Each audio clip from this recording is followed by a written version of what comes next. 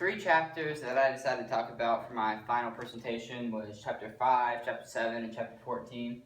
Chapter 5 talked about the Baroque era, Chapter 7, the Classical era, and Chapter 14, the Romantic era of music.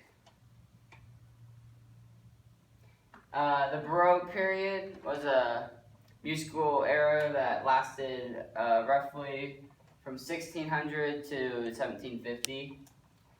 One thing that it's famous for was its diversity. This was the first period of music that really shone this diversity in its pieces. The two most famous composers and well known even to today's time would be Bach and Handel, and what made them really great, I believe, is that they exaggerated their music and really put it out there so for people to recognize. It was set apart. Some unique characteristics of the Baroque period would probably be the amount of instruments that was used, which that goes along with the diversity. There was various instruments, various groups, strings, percussions. They used basically everything. Brass. The energetic rhythms of the song. It wasn't plain.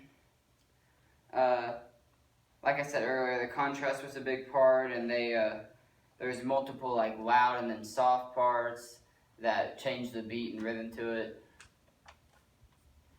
Some famous pieces that a lot of people have probably heard of is the Messiah, which was composed by Handel, the Water Music, which was also by Handel, and then the Well-Tempered Clavier, which was Bach. And here's a video of the Messiah.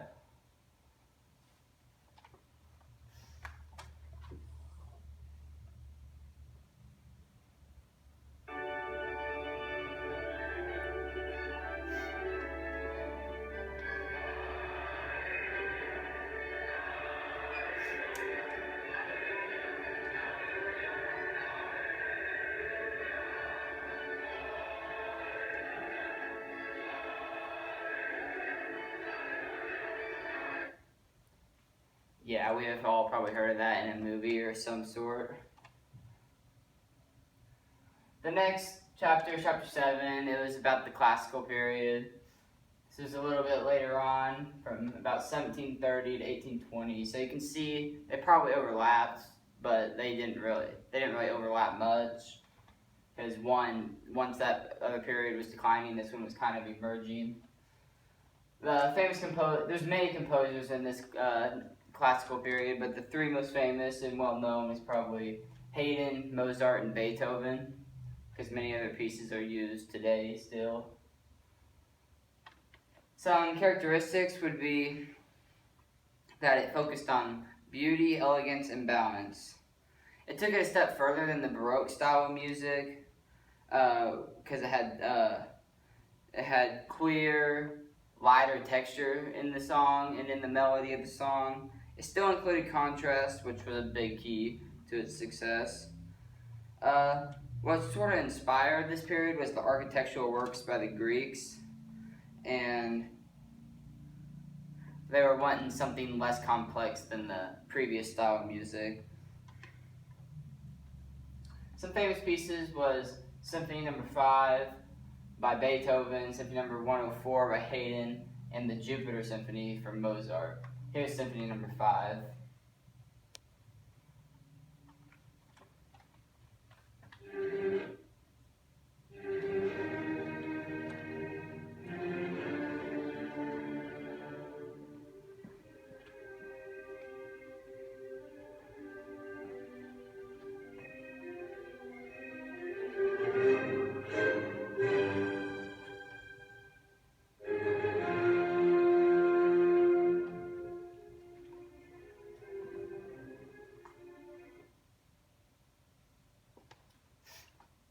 Yeah, we've all heard that piece in a famous movie or some sort, or play. It really builds suspense and is good for that type of theme. The last chapter I decided to work on was chapter 14, which dealt with the Romantic era of music. Romanticism lasted from about 1800 to 1890. Its main focus was upon like fantasy and imagination and creating an image in someone's head that was not necessarily real. Its another focus was nature. That was a big theme for it and a big role in its success. It was important because it was very influential in shaping modern views of music, art, and literature. It really shaped all that. Two famous composers from this style of music would be Chopin and Brahms.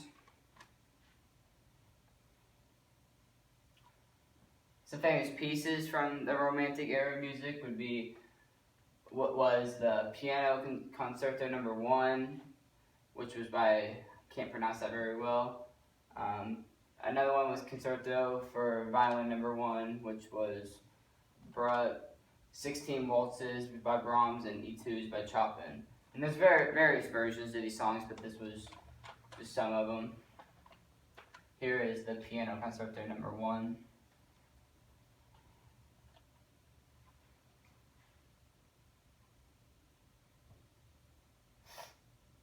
Can't get it to work. There we go.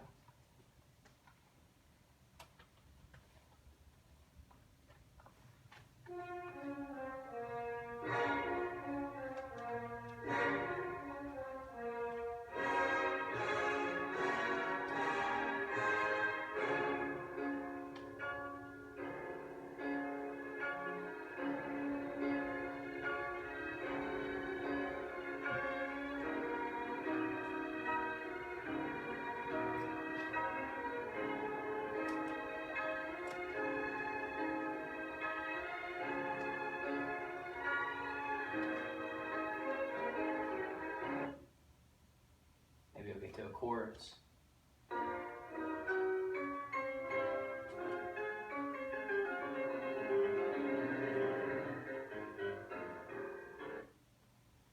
Yeah, you can tell that piece had a lot of contrast and with the different instruments, like the string with the violin and the piano.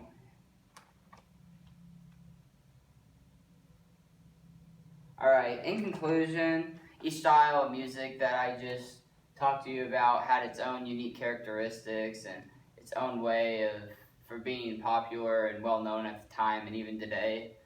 And it all really did shape how music is today. Each one got a little bit closer to our modern day music, I would say, with the characteristics and the beat of it and the tempo and the contrast, which is what I believe is the biggest thing. Because each era had something new to offer that the last one didn't have, which in the most sense, made it better.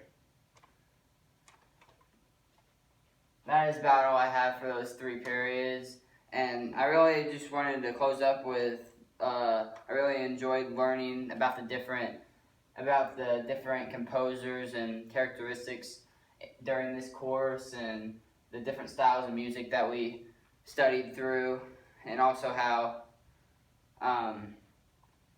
the similarities and differences from today's music that I noticed while listening to this older style of music. It was a really great experience, and I really did enjoy the class. Thank you.